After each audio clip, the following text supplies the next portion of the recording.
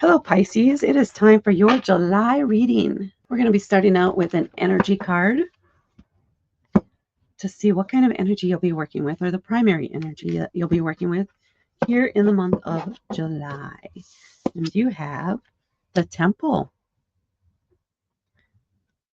The immediate thing that came to mind for me is you need to make sure you're taking care of yourself, treating yourself as a temple, treating your body as a temple, your mind, your energy, giving yourself respect.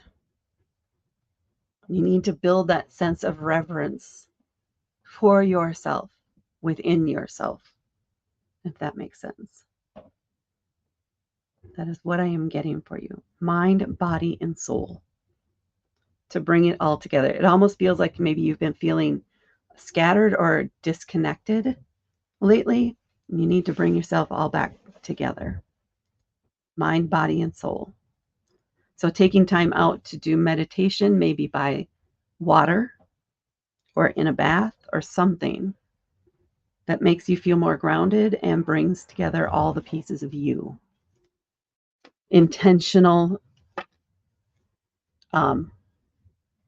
acts. What does that mean? So this could mean setting aside the time to take a walk for 5 minutes, 10 minutes, an hour, whatever it is for you, where you're walking along or sitting outside next to a fountain or something where you can hear the water at least churning, and just sit there in silence for 5 minutes. Observe what's happening around you. Not really think too much of anything. Look at the birds, listen to the sounds, identify what the sounds are. The sound of the water, the sound of the traffic, the sound of the robins or the sparrows or whatever it is that's around you. Do that for at least 5 minutes to try and ground your body and your mind and your soul, your spirit. Center yourself. Honor yourself in that way. All right, let's see what tarot cards you have.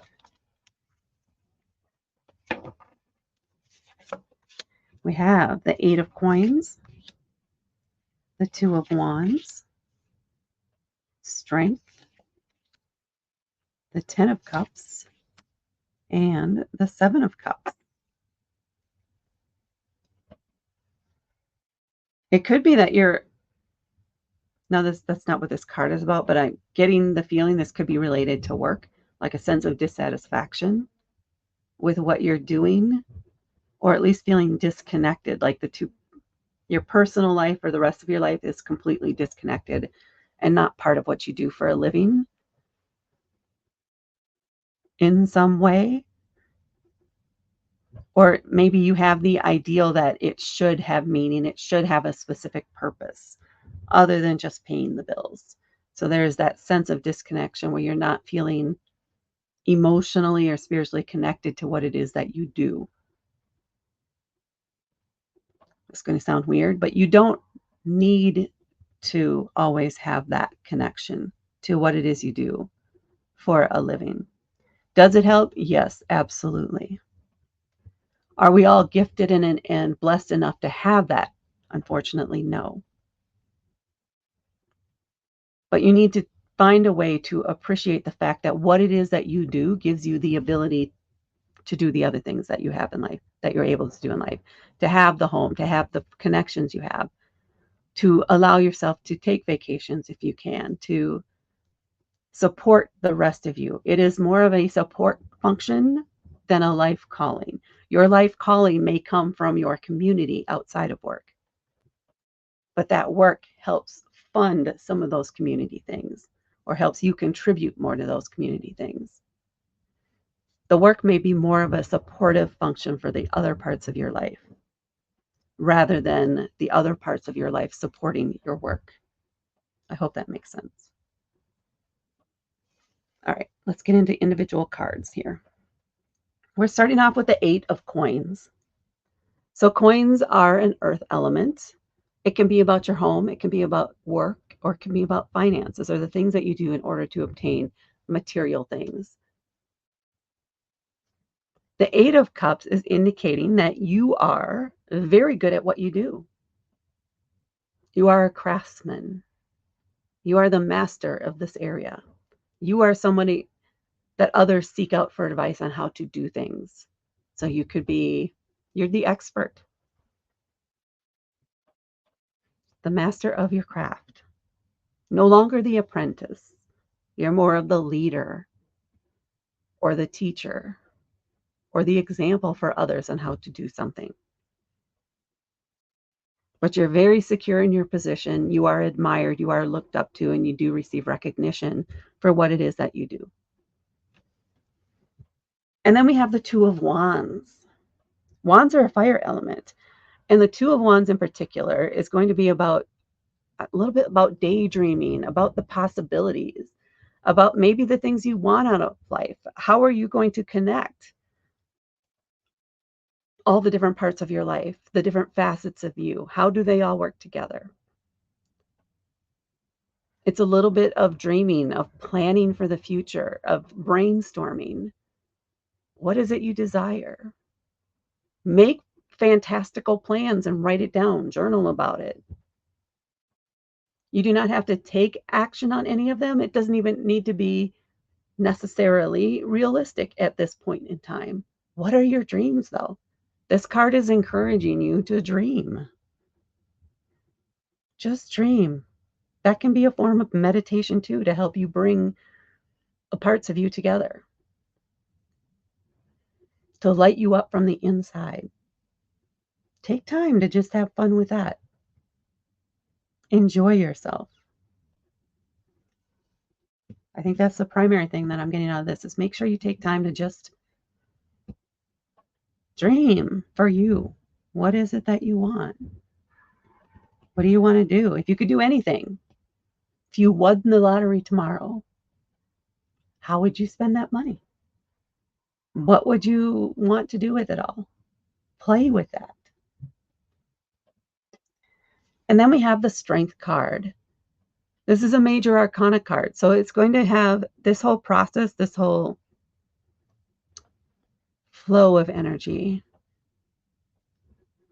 is indicating that there is this inner core of steel in you, this backbone, this strength within you, and this innate compassion you have for others that you need to turn to yourself.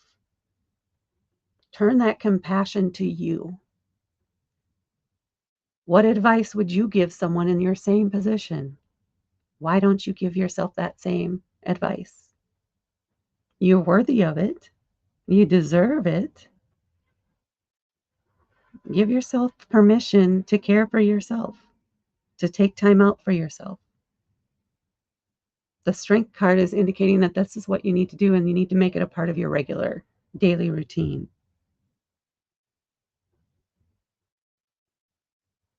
It is supporting you in this effort to care for your body, mind, and soul all together,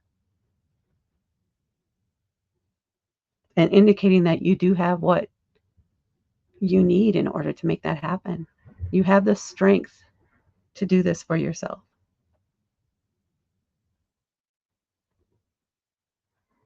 And to face some of those fears you have and to look at things in a different way, in a way that give you that sense of accomplishment and sense of purpose for your life, regardless of whatever it is you do for a living. It's not necessarily about the job or the career. It's about your life as a whole. And I think you see that in yourself, or you will, as part of this whole process. And then we have the Ten of Cups.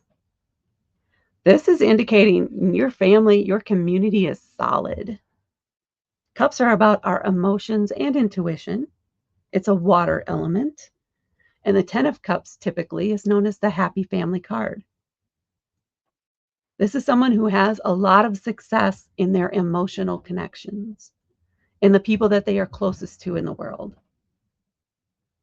They can share anything, especially when it comes to emotions, with these people that they're connected with, that have this reciprocal relationship with, that they have this closeness with. It's a beautiful relationship. a beautiful connection that you can lean on, that you can get. You have the support in order to turn this attention to yourself. You have the people in your life that will help you find the time or make the time to do what you need to center yourself, to ground yourself. They're there, they are willing to help you whatever you need. You just have to ask. There's a lot of blue in here related to the throat chakra. Just ask. Express your needs, your discontent even, and they're willing to help you in whatever way you need, even if it's just to listen to you vent. But you need to let them know that that's what you want them to do. And then we have the Seven of Cups.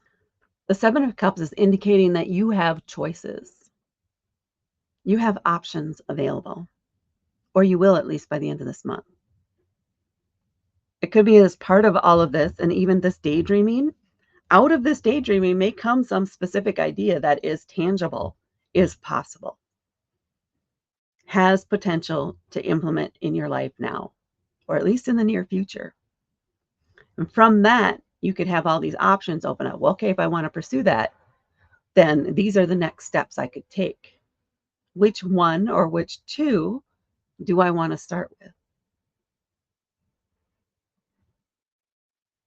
You can't see me just looking from you down to the cards. I need to start putting my face on here. You have options available to you. The clue here, because this is the water card, right, is to use your intuition or your emotions to make this decision. It does not have to make logical sense. Don't try to apply logic here. This is about chasing your dream, about bringing that sense of completeness, of fullness, of purpose. So you need to go and lead in with your emotions or your intuition or both in choosing your next steps. You'll know, it will feel right. Things will start to click. And you'll know how you want to, or what you will want to do to change things up. Let's see here what you have on the bottom of the deck. We have the Two of Coins. Throughout all of this, whatever it is you end up choosing, you need to have balance. You need to have that balance, which goes back again to that temple. Make sure that you're having a work-life activity balance, and you're not giving all of your attention to one area to the detriment of the other area, where you become imbalanced. And that might be right now where you are not in balance, which is why you're feeling this sense of scattered energy, of discontent, of like you're being pulled in every different direction, but you're not connecting to yourself. You need to have that balance. And this card is encouraging you to consider that as part of everything that you're thinking of here this month, of the changes you might want to make. Maintain that balance, which is going to help you everywhere else. And that, Pisces, is what I have for you for July. Please hit that like button and please hit subscribe to help me grow my channel. Thank you so much for watching, and I will talk to you later.